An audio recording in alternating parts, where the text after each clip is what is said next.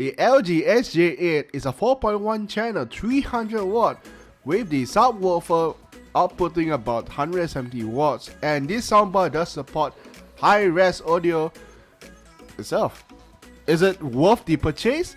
Was it the right choice to go with LG rather than Sony or Samsung or Philips?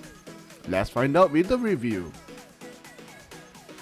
The dimension of the SJ8 is 1220 by 38 by 105. Of course, it's very wide. It is to support the 55-inch and above TV sizes. The SJ8 has a few connectivity that you can use to connect for your soundbar to the TV. Now there's optical, of course optical is still around. There's HDMI 2.0 which does support HDCP 2.2, which this soundbar also does support a 4K pass-through. Now unfortunately my TV does not support ARC, so I could not use the HDMI ARC or the 2.0, so I have to stick with the optical. But if optical does work, but I have a few issues with the optical, which I'll explain later itself. It also has Bluetooth, has SoundSync, which you can use the app, which LG does provide an app for iOS and Android, which is called the Music Flow app on the iOS. So it's a Music Flow player, which I'll show you guys later. There's also Google Cast, so it does support Chromecast, but just the audio itself does not fully support the entire Chromecast itself. So if you have any audio cast that supports the Chromecast audio, you can just send your audio straight to the SJ8.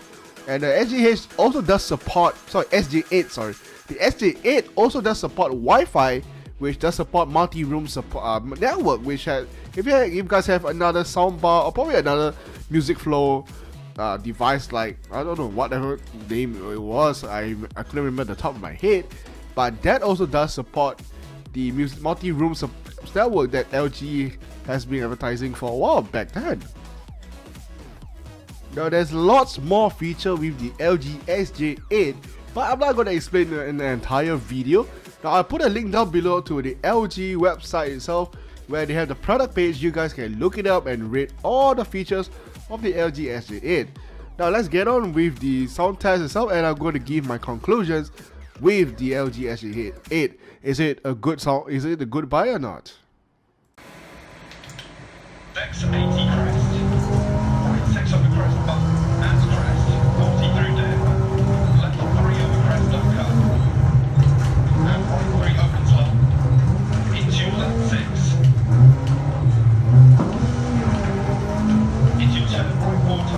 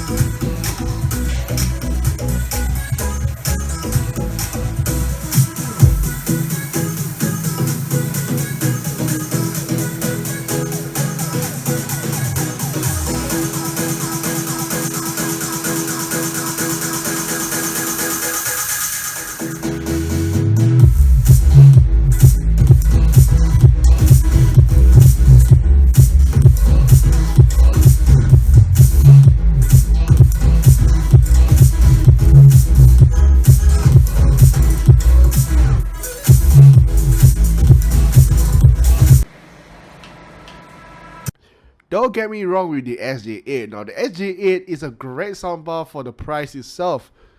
I mean, with 4.1 channel, 300 watt, and it also has high-res audio. It also has a 4K pass-through. Is there anything wrong with the soundbar? Yes. There's something wrong with the soundbar. It is the subwoofer. The subwoofer is very lackluster. I mean, yeah, for 170 watts, it's pretty low for me. But still, it's a great soundbar. But it's just that the subwoofer is very, I mean, the way it produced the bass is pretty low. Even though the subwoofer has been pushed to level 6, yeah, it's still very lackluster. I have to push the volume up to 18 to 20 in order to hear the bass itself. If not, if I put the soundbar to level 16, I couldn't even hear the bass at all. I mean, I still can hear, but it's not very strong. Yeah, in the video itself, it does catch it. It does catch the bass, but in my ears, it's pretty soft. And there was one more issue that I had with soundbar. I don't know if it's with the optical cable or or is also related to the HDMI.